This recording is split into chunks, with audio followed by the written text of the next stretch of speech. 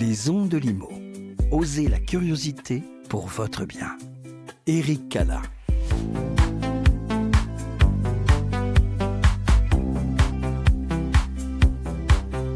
Les ondes de Limo présentent à la conférence de presse de Century 21 et de son président Charles Marinakis ce lundi 30 juin 2025 sur la thématique analyse du marché immobilier ancien au premier semestre 2025 et perspectives d'évolution. Le marché immobilier français connaît une reprise importante au premier semestre 2025 avec une hausse des transactions et une stabilisation des prix après une baisse depuis 2022.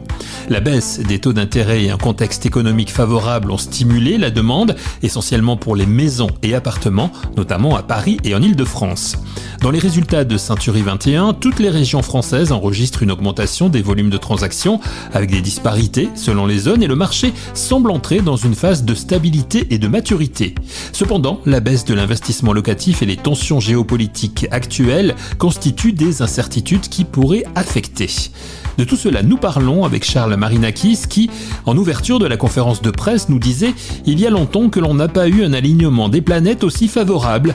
Je lui ai demandé ce qui lui permettait de dire cela. Charles Marinakis. Vous savez, on est régi, le marché de l'immobilier des transactions de l'ancien est régi par trois critères fondamentaux que sont d'abord l'inflation, même si c'est un critère un peu caché, mais c'est, comme je vous l'ai dit, le mistigris un peu des économies modernes, c'est lui qui régule ou dérégule les marchés. Et donc là, elle est de nouveau maîtrisée à 0,7%. La conséquence directe, c'est que la Banque Centrale Européenne, si vous voulez, a pu baisser les taux. Elle les a d'ailleurs baissés 7 fois sur les 2 dernières années et 3 fois depuis le début de l'année.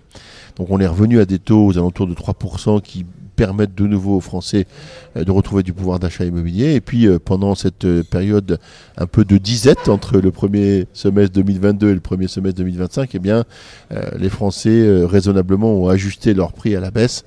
Voilà. Et c'est la conjonction de ces trois phénomènes, c'est le réalignement de ces trois phénomènes. Une inflation de nouveau maîtrisée. Des taux qui sont redevenus raisonnables, et puis 3, des prix qui ont baissé et qui se sont ajustés. Voilà les planètes essentielles du marché de l'immobilier dans la transaction de l'ancien.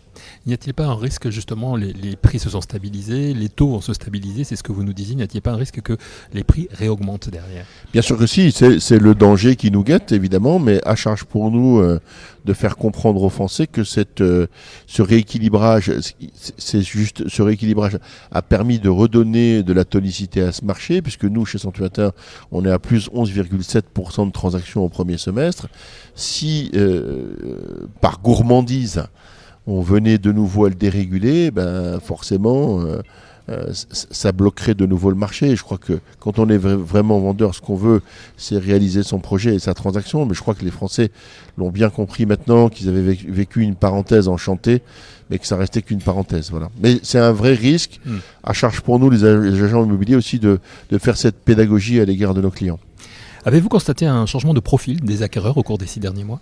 Changement non, mais ce qu'on a retrouvé avec beaucoup de satisfaction, c'est les primo-accédants qui ont retrouvé une certaine tonicité et surtout ont retrouvé accès au marché de l'acquisition, accès qu'ils avaient perdu. 3 raisons à ça. D'abord, la baisse des taux a resolvabilisé une partie des primo-accédants.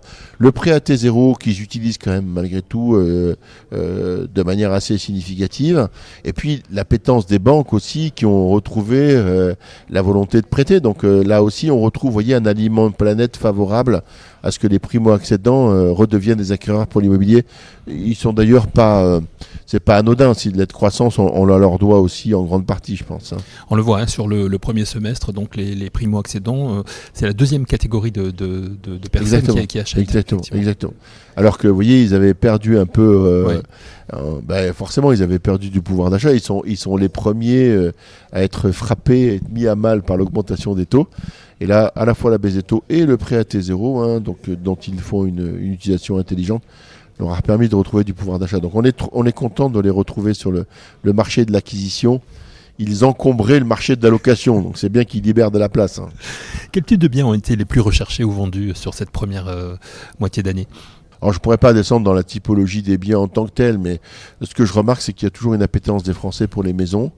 Pour autant, les prix ont beaucoup augmenté ces dernières années, donc ça rend plus difficile l'accès à la propriété de ce point de vue-là. Voilà, mais c'est plutôt les maisons en fait, globalement. L'appétence des Français reste très orientée vers les maisons.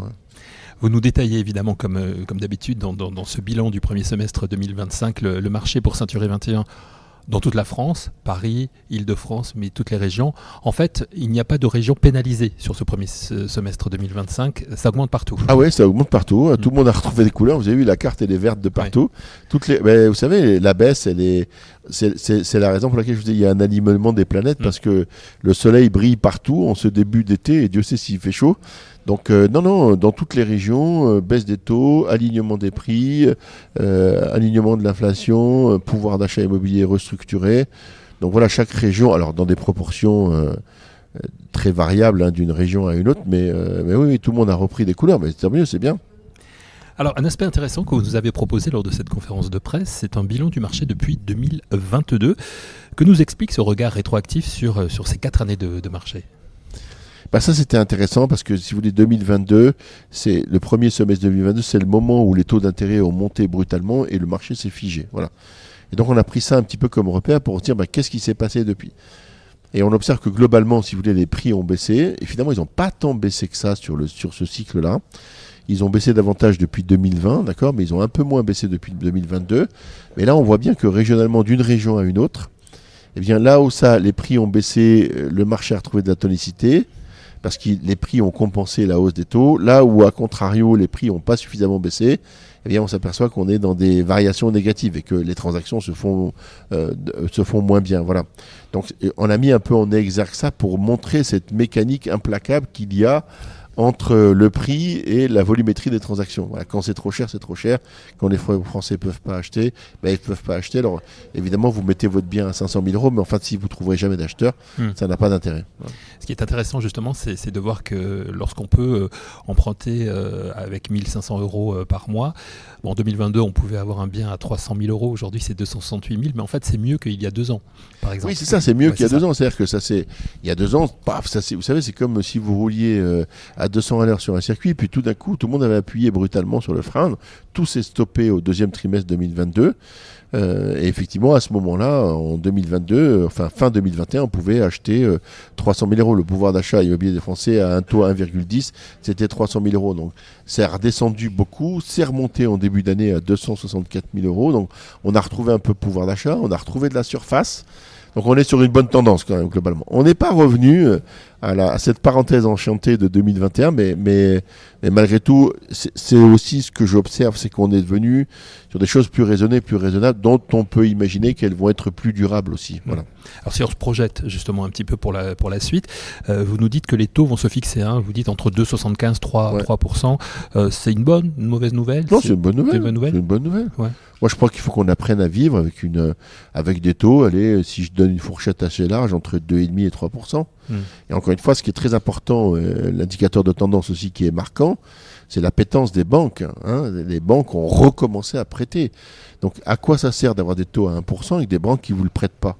Vous savez, c'est comme d'avoir de l'argent au Monopoly, en fait. Si vous avez des taux à 1%, mais personne ne vous prête de l'argent, ça ne sert à rien. Voilà. Donc, il vaut mieux avoir des taux à 2,5%, mais être certain de pouvoir faire votre acquisition.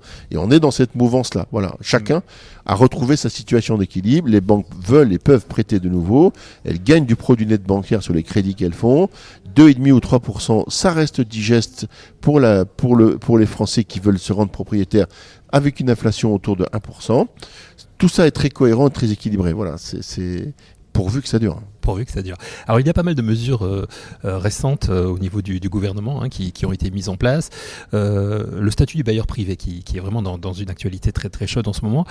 Est-ce qu'il va vraiment changer les choses s'il est finalement mis en place ? Écoutez, ça dépend directement de la manière dont il est mis en place. Si ils prennent pas des mesures significatives et qu'il n'y a pas un véritable accompagnement ou une conception du statut du bailleur privé qui change en profondeur, il se passera rien. Voilà. Il faut aujourd'hui, les gens ont pris l'habitude de ne plus mettre leurs biens sur le parc locatif privé durablement.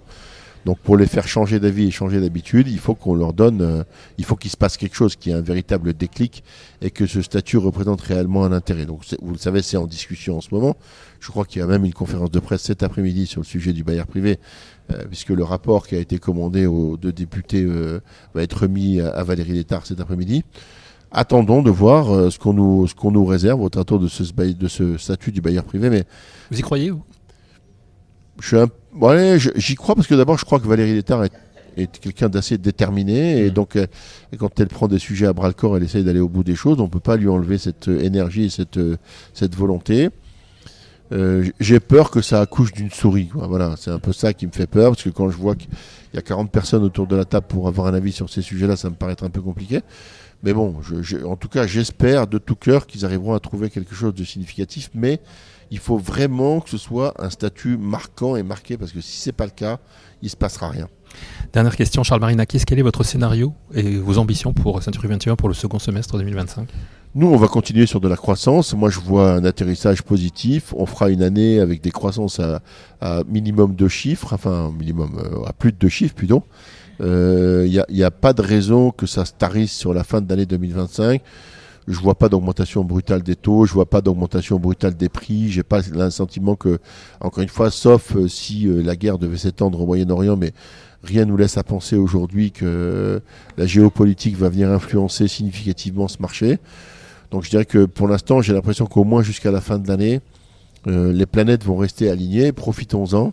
Vous avez vu aussi que sur 10 ans, tout le monde avait fait une bonne affaire en achetant de l'immobilier, ce qui est quand même assez marqué et marquant. Voilà, donc moi je suis très optimiste. Après, il va falloir quand même attendre 2-3 éléments marquants, le budget 2026, le fameux statut du bailleur privé et puis la géopolitique. Donc on verra ce qui va se passer pour avoir une prévision plus affinée sur 2026, mais moi je suis assez confiant pour la fin de l'année 2025. Ouais. Mais il faut se réhabituer, dites-vous, à 850 000 opérations par an, ce qui n'est pas si mal. Non, c'est pas mal, il vaut mieux 850 000, 900 transactions par an de manière durable et pérenne, d'accord, plutôt que d'avoir des situations tout à fait artificielles. Puisqu'en plus, on fausse le jugement des Français en leur laissant penser que c'était normal d'emprunter 1,2%. Ça ne l'était pas, la preuve. C'est fini, ça n'est plus possible. D'accord, qu'on pouvait gagner, doubler ou tripler le prix de la valeur de son bien de manière artificielle. Ça n'est pas vrai, ça n'est plus possible. Voilà, encore une fois, vous avez vu, les plus-values vont de 15 à 25%. Moi, je vous mets au défi de trouver des investissements qui vous ramènent entre 15 et 25% sur 10 ans de surcroît exonéré de plus-value, de fiscalité. Voilà. Donc, si on veut continuer à ce que ça se passe bien pour tout le monde, soyons raisonnables. Il faut que les choses soient raisonnables et raisonnées. Voilà. Merci beaucoup, Charles Marinakis. Merci à vous. Retrouvez les ondes de Limo sur ondedelimo.com, les réseaux sociaux et la newsletter.